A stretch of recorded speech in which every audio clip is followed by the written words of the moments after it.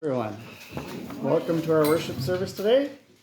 Our scripture reading is from the book of Hebrews, and we're going to read verses 1 to 3 of chapter 13. So Hebrews chapter 13, the first 3 verses. Keep on loving one another as brothers and sisters. Do not forget to show hospitality to strangers, for by doing so some people have shown hospitality to angels without knowing it. Continue to remember those in prison, as if you were together with them in prison, and those who are mistreated as if you yourselves were suffering. Sometimes at my office, not sure if other people will relate to this, we have meetings about how to make things better. How can we run the business better? What improvements can we make?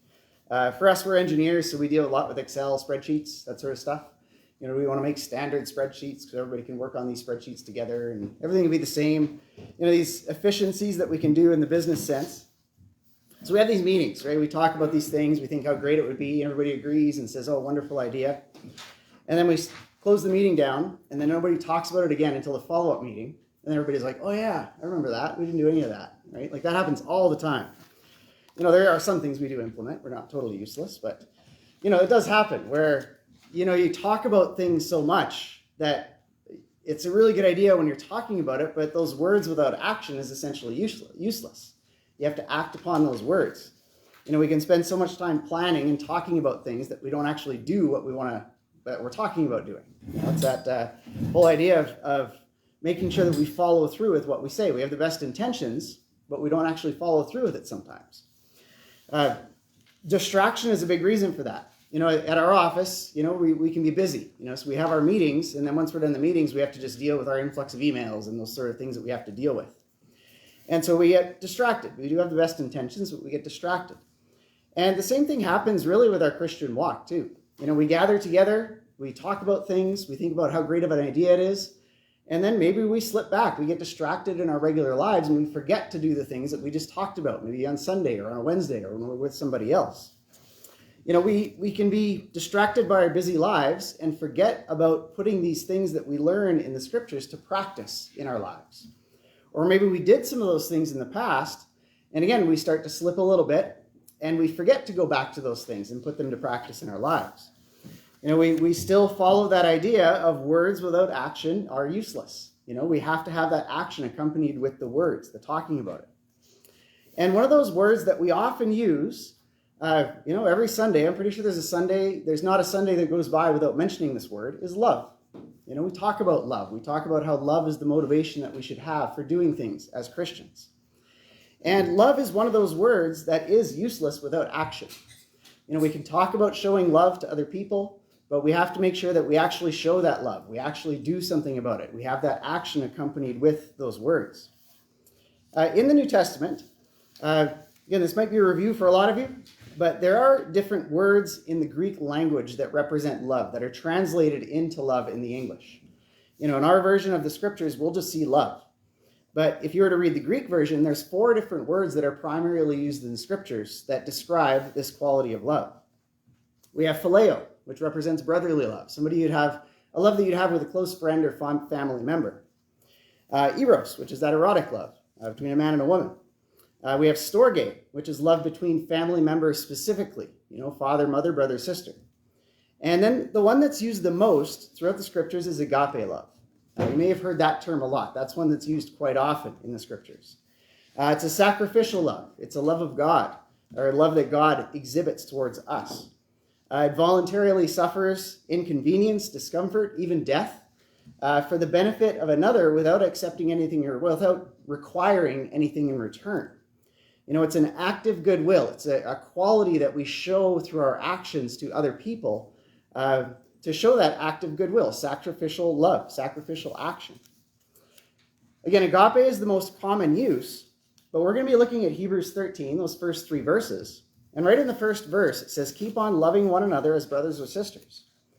And the word that's used in that passage is not agape, it's phileo, which is quite interesting. These definitions for love are very similar, but they're used in the scripture in different contexts to emphasize different things. I was trying to think of synonyms. A synonym is a word that's different in spelling, but essentially means the same thing. that would kind of emphasize this, because that's what phileo love and agape love, they're essentially synonyms in a way. They have slightly different emphasis on certain things, but they still mean love. They still mean that sacrificial act of goodwill. The word I was thinking of was drizzle versus downpour. They're both rain, they're both water coming from the sky, but drizzle is kind of a light rain. So if you say, oh yeah, it drizzled as I was riding my bike to work, that's something I would say. Versus it was a downpour on the way to work. They're both rain. They both mean the same things. They have those qualities of being wet, but one of them represents kind of a light rain, one of them represents a heavy rain. When we see phileo love used in the scriptures and agape love, they're both love. They're both a sacrificial act of goodwill. Phileo, though, emphasizes the brotherly aspect of it, the love that you would have with someone else, as if they are a close friend or a family member. We are looking through the book of Hebrews.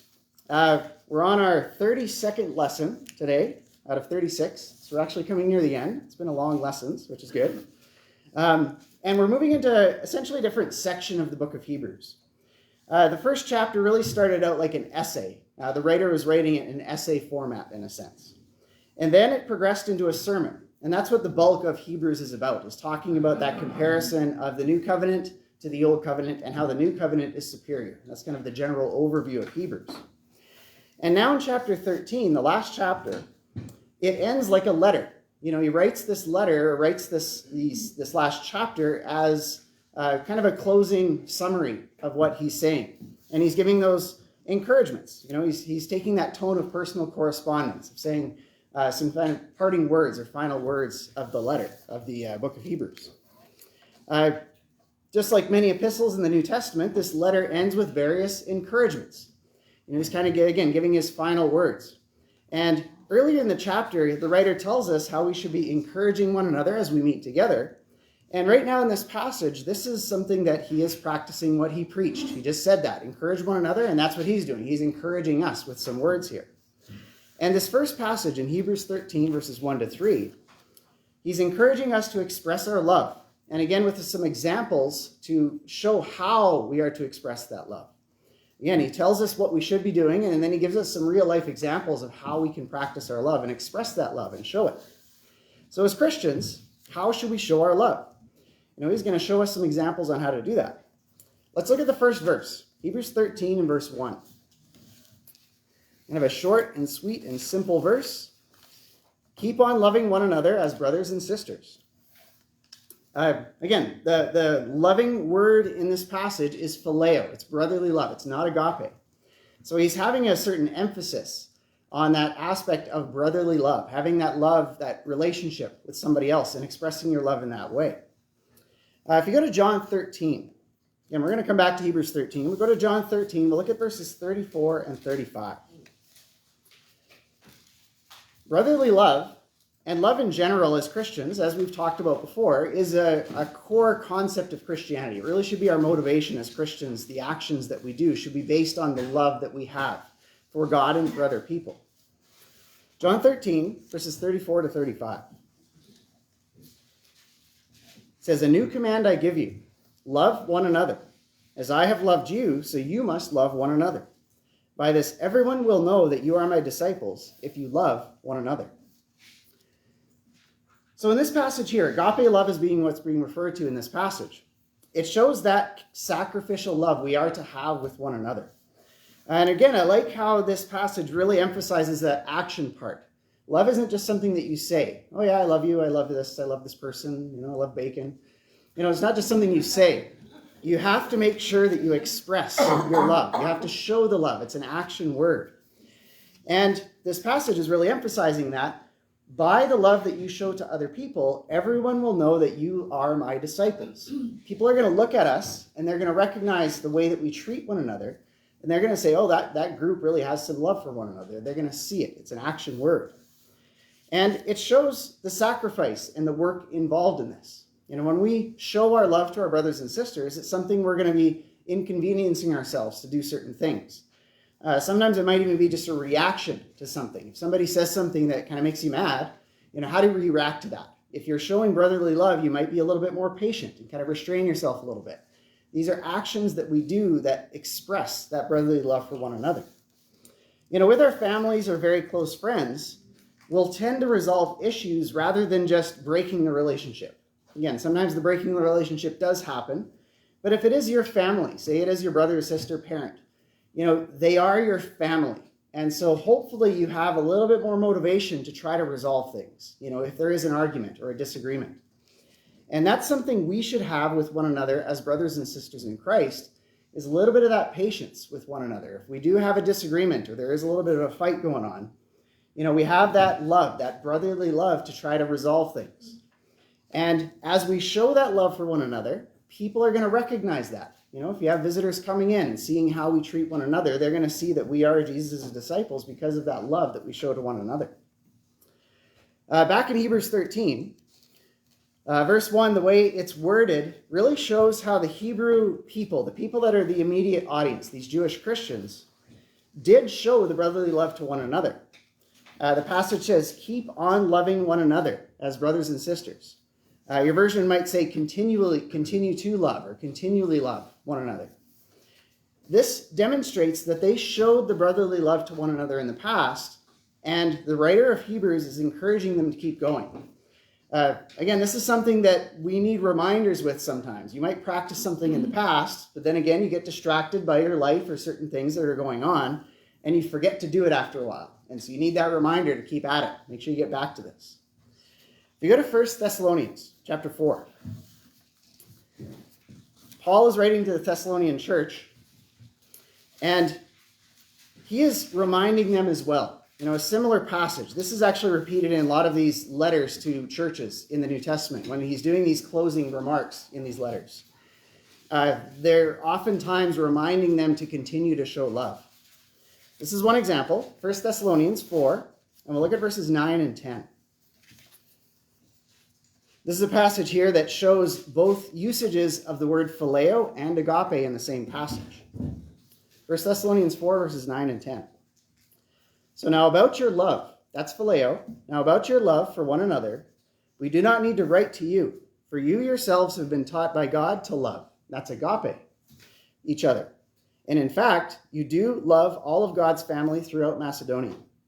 Yet we urge you, brothers and sisters, to do so more and more. So it's interesting in this passage that both agape and phileo are both used in the same passage. Again, if you're reading the English translation, that might go over your head. You just see love in both ways. You see love in both instances, but they have a little bit of different emphasis when you look at both of the different words. With our brothers and sisters, phileo is emphasizing that deep bond that we have with one another. Now, about your love for one another, we do not need to write to you. So he's saying that you guys do have, the church in Thessalonica has this brotherly love for one another. That's phileo. And then he's saying, you yourselves have been taught by God to love each other. That's agape love. God is showing us agape love through that sacrificial love. We may not have that brotherly love with God in the sense that we would have it with one another and brothers and sisters, but God has agape love with us. Again, same thing. They both are showing that it's a sacrificial goodwill. It's a showing of that love to one another. We show our love to our brothers and sisters. God shows his love to us. They're both love, but one has a little bit of more emphasis, emphasizing different things depending on the use. And in this passage, he's again urging them to continue to love. The last part of the passage, yet we urge you, brothers and sisters, to do so more and more. He doesn't have to write to them about their love because they do have that love, and he's saying, keep on doing it. Make sure you keep going. Make sure you don't forget. Don't get distracted. Make sure you keep rolling along with this. So no matter how much we have manifested love toward one another in the past, it's imperative that we continue to show the love. Again, don't start just talking about it. Make sure you talk about it and have that action as well. Back in Hebrews chapter 13, he goes on to describe some examples on how to show that love. Again, emphasizing that love isn't just something that we say, it's something that we practice, something that we do, we put into practice in our lives. You go to verse 2 of Hebrews chapter 13. It says, do not forget to show hospitality to strangers, for by doing so, some people have shown hospitality to angels without knowing it. So this is a call for hospitality. The Greek word is philoexnia. Okay, I might be mispronouncing that, but Philoxenia,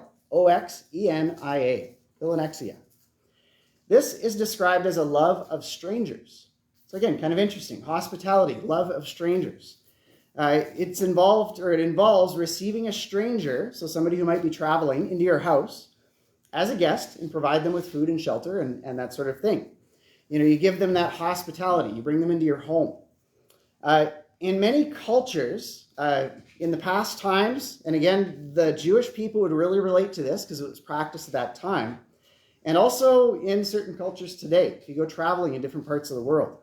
This is something that is essentially a solemn duty. It's something that people have a really strong duty to do. If they see somebody traveling through their town and they see that they are traveling, they naturally invite them into their homes. We wouldn't necessarily do that in our culture. See somebody driving and entering St. Albert. You wouldn't necessarily bring them into your home automatically. If they needed help, maybe you would. And they made that known, maybe you would. But it's something where it is naturally something that happens in these cultures. It did in the past and does today. I read a lot about, bicycle tourism. People who go on these bike trips. They ride through Kazakhstan, they ride through, Turkey, these different places of the world. It's kind of fascinating to hear of all of their accounts of the hospitality that they experience. They'll be riding their bike and they'll enter in this little kind of village of yurts. There's one that I just recently read of Kazakhstan. They're riding through. They have, these ranchers, people taking care of their horses and this and that in Kazakhstan. And they ride through and then automatically, they don't speak the language, but they're just motioning, come in, eat. And they bring the bicycle tourists into their yurts and they have to spend the night. They have to have the food. And it's really difficult for them to turn it down. It's very forceful almost. It's our duty to take you in and take care of you because you're a traveler. You're traveling through our town. We must take you in. This is something that the Jewish people would relate to. In the early church, this was actually a very important ministry because of the situation that they had in their culture. Christians were often displaced by persecution. We had the scattering of the church in the early church during that time of history. And, they may not have those social, or they didn't have those social mechanisms in place to take care of you if you are displaced, like we might have today. And that was taken care of by people showing hospitality. If you saw somebody traveling, if you saw a Christian who was put out of their home and traveling to a different town to escape from persecution, they'd take care of them, make sure that they were taken care of. They had the food, they had the shelter, they had the protection. Traveling evangelists were also to be supported through hospitality as well. If you go to Acts chapter 16, this is one example of hospitality being shown to Paul and Silas by Lydia. And again, there's many accounts of this throughout the New Testament showing how the evangelists were traveling through different areas, and they didn't stay at the hotel, they didn't stay at these different places, they stayed with fellow Christians, showing hospitality to one another. Acts chapter 16 and verse 15. This whole passage describes this account, but we're just going to read one verse. Verse 15. When she and the members of her household were baptized, she invited us to her home. If you consider me a believer in the Lord, she said, come and stay at my house. And she persuaded us. So again, the example of showing that hospitality and showing a persuasion. She was a recently converted Christian by Paul and Silas. And she goes, if you guys were fellow brothers and sisters in Christ, you come stay at my house. You aren't going to stay anywhere else. You're staying at my house. Showing that hospitality. A really good example of that. 1 Peter 4 and verse 9. This is a passage that I think is really important, and it shows that our attitude matters when we do show hospitality. Again, the general concept of showing love to our brothers and sisters, to anybody we meet, the motivation does matter. 1 Peter 4, we'll look at verse 9. So 1 Peter 4 and verse 9. Offer hospitality to one another without grumbling. It's a good thing to point out how we show our love, the motivation behind it. It might be tough to inconvenience yourself. But again, love is sacrifice. Love is inconveniencing yourself for somebody else. Making sure that you're doing something for the benefit of the other person, and that might require sacrifice from yourself. And we should be happy to help one another. Again, that example of Lydia showing Paul and Silas hospitality, you could tell she was happy to do it. She wanted to show this hospitality to them. She was excited to do this. And we have to practice that same thing. We have to show that hospitality without grumbling. Again, it might take some practice sometimes. If you are showing hospitality to someone and you really don't want to, maybe you had plans, maybe you're going to take a nap that afternoon, but now you're having somebody over for supper. It might be inconvenient, but it is important to show that love without grumbling. Might be grumbling a little bit on the inside, but really show that you're showing that love to somebody. And you're going to notice that it is going to be for your benefit as well. Sometimes it's inconvenient at first, but as time goes on, you can see that it really does benefit everybody. The next part of the passage in Hebrews 13 touches on this as something that does happen. We do get benefits from showing hospitality ourselves. So Hebrews 13, and if you look at verse 2 again, the second part of it, it says, "Do not forget to show hospitality to strangers, for by doing so, some people have shown hospitality to angels without knowing it." So this passage where it talks about doing something to angels or showing hospitality to angels without knowing it is really kind of appealing to the Jewish readers that are immediately reading this passage. That's something that they would recognize. If you're well versed in the Old Testament, we're going to see a passage in Genesis 19. If you go there, this is something that happened in the Old Testament quite a bit. And they're going to recognize this. They're going to say, yeah, you're right. When you show hospitality, you don't know what kind of benefits you're going to get from this, because in the Old Testament, we see accounts of them showing hospitality to angels. They didn't realize it at the time, but they showed that hospitality to them. Genesis 19 is one of these examples. This is the example of Lot. So Genesis 19, the first two verses 1 and 2. Says, "The two angels arrived at Sodom in the evening, and Lot was sitting in the gateway of the city. When he saw them, he got up to meet them and bowed down with his face to the ground. 'My lords,' he said, 'please turn aside to your servant's house. You can wash your feet and spend the night and then go on your way early in the morning.'" So Lot is showing that hospitality that was very prevalent in their culture at that time. And he entertained two angels. Two angels actually came to his house. But he was just showing hospitality, and he gains a benefit from this. The point that we should learn from the passage in Hebrews is not to expect that we should literally have angels coming to our house if we're showing hospitality. That's not the immediate focus of this passage. It's more of the key idea that you never know what hospitality might bring. When you're showing hospitality to others, you never know what's going to come of this. You never know what kind of benefits are going to come. Our responsibility is to show the hospitality. What happens afterwards, it could be a benefit that we might gain from this. Lot gained the benefit of learning about the fate of Sodom and Gomorrah from the angels from this whole situation. So he gained a benefit from it. Other accounts about Abraham showing hospitality to angels that came to his house, and he gained a benefit from it as well. We may have angels in the sense that messengers might come and visit us at times, but you never know what that hospitality might bring. If you go to Luke chapter 19, we're going to look at the account of Zacchaeus showing hospitality to Jesus, and he gains a benefit from that. Luke 19, verses 5 and 6. So Luke 19, starting in verse 5. "When Jesus reached the spot, he looked up and said to him, 'Zacchaeus, come down immediately. I must stay at your house today.' So he came at once and welcomed him gladly." So again, in this account, you can see Jesus essentially said, "I'm staying at your house." But we also see that Zacchaeus did show hospitality to him. He welcomed him gladly. Again, there's that not grumbling part. He wasn't like, "Oh yeah, fine, Jesus, you can stay at my house." He was gladly welcoming Jesus to his house. And as he showed that hospitality to him, Jesus spoke the gospel to him. And Zacchaeus went on to become a Christian from this, as we can see. And he gained that benefit by showing the hospitality. When we show hospitality to strangers, we never know what's going to happen. You might unwittingly show hospitality to angels without knowing it. You might gain a benefit from the hospitality that you show. We might gain these benefits and these blessings from the hospitality that we're showing to other people. And usually, from showing hospitality, all benefit. The host and the guest both benefit from that hospitality being shown in most cases. So the physical need for hospitality today, really may not be as great as it was at the time that these passages were written. They were undergoing persecution. This was something that was really necessary in their society at that time, was showing that hospitality to strangers, persecuted Christians, evangelists.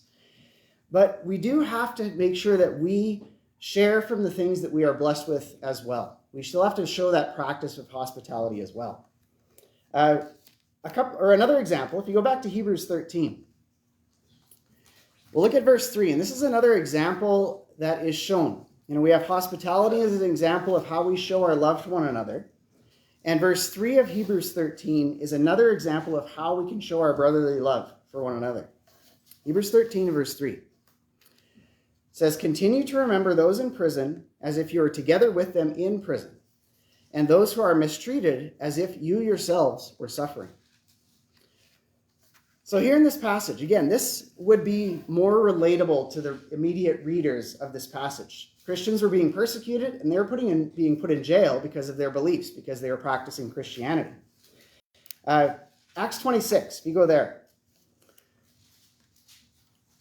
In this passage in Hebrews, he's calling the readers of this passage to remember those people who are being persecuted. Make sure that you don't forget about these people that aren't with you right now.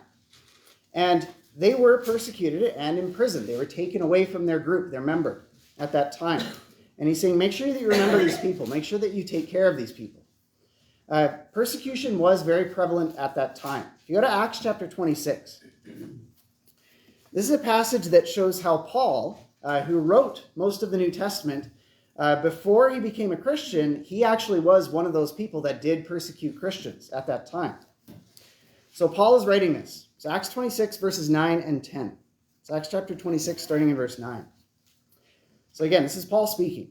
He says, "I too was convinced that I ought to do all that was possible to oppose the name of Jesus of Nazareth. And that is just what I did in Jerusalem. On the authority of the chief priests, I put many of the Lord's people in prison. And when they were put to death, I cast my vote against them." So Paul was well against Christianity. He was saying he was like fully on the side of going against this new way that was being presented in the New Testament. He was going against Christianity. He was putting Christians in prison, and he was even casting their vote against them to be put to death. So that's pretty severe. That's really going against, a cause. So talk about a change. Paul was converted. He became a Christian after Jesus spoke to him, and he was turned into an evangelist, turned into somebody who wrote most of the New Testament for us. And in the letters that are called often the prison letters, if we look at Colossians chapter 4, we can see how the same thing happened to Paul. He was the one who was putting people in prison, and then he himself was put in prison because of his faith. So he underwent the same thing that he was having done to other people before he became a Christian. Colossians 4 and verse 18, right at the end of the book, at the end of the letter. It says, "I, Paul, write this greeting but in my own hand.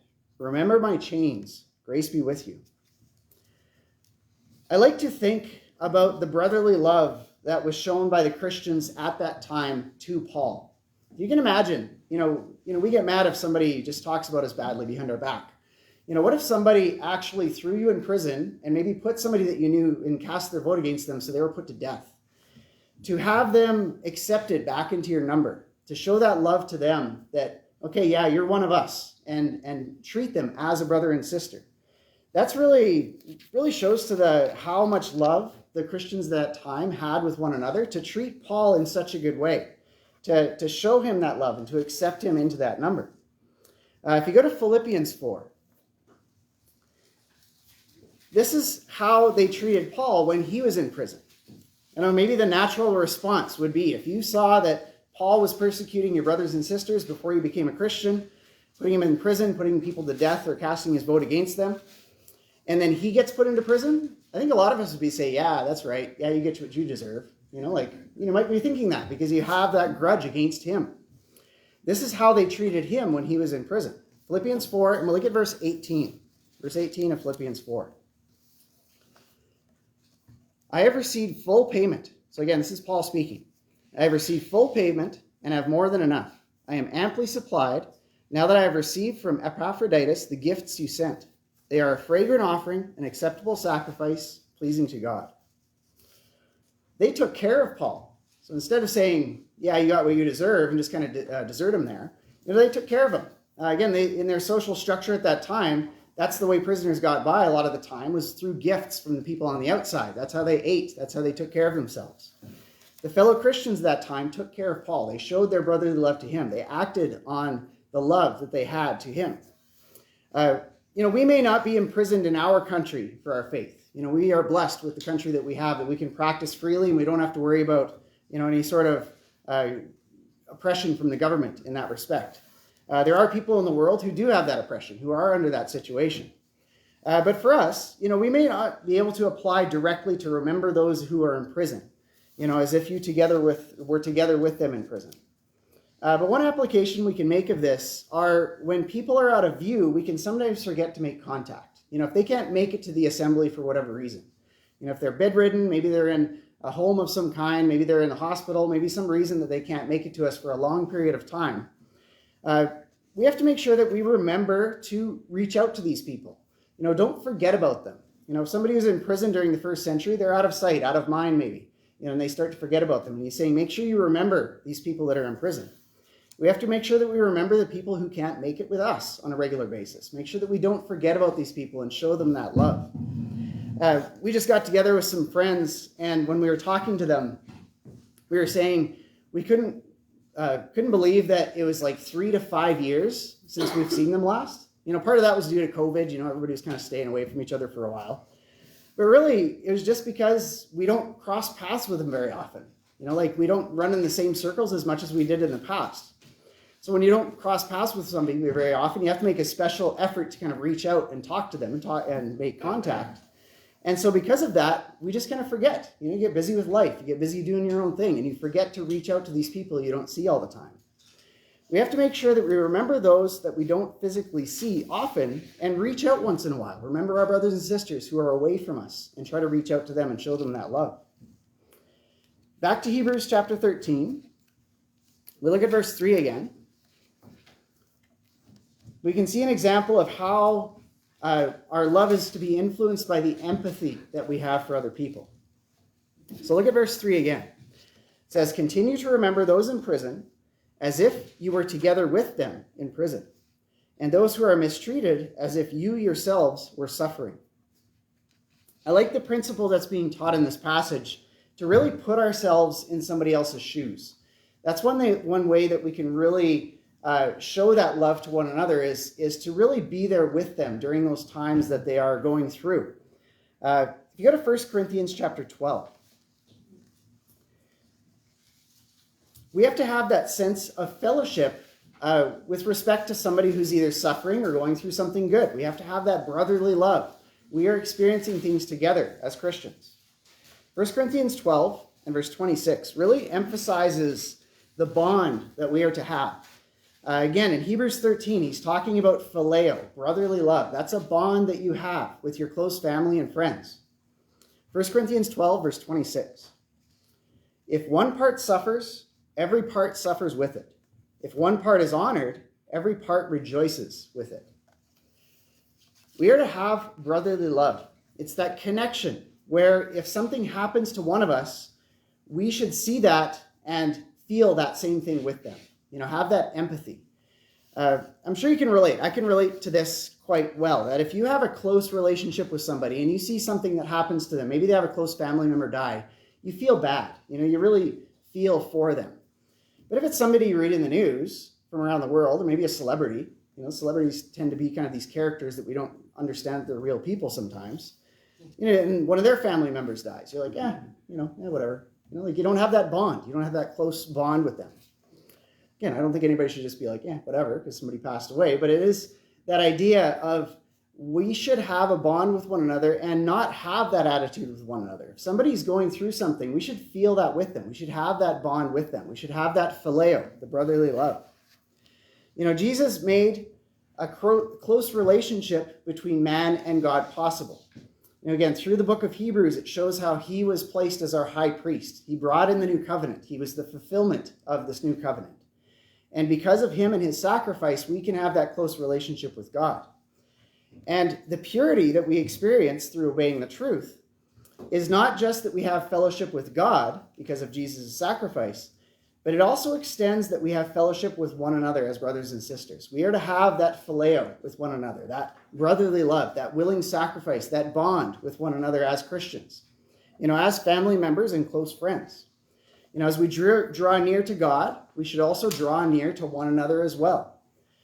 We manifest love to one another. We show it when somebody is undergoing something difficult. Maybe they're going through something hard, but maybe they're rejoicing as well. We should also be feeling happy. If we see somebody get a new job or something happens to them that's really good, we should also have that uplift as well. We have to have that bond with them so that we're experiencing things with one another.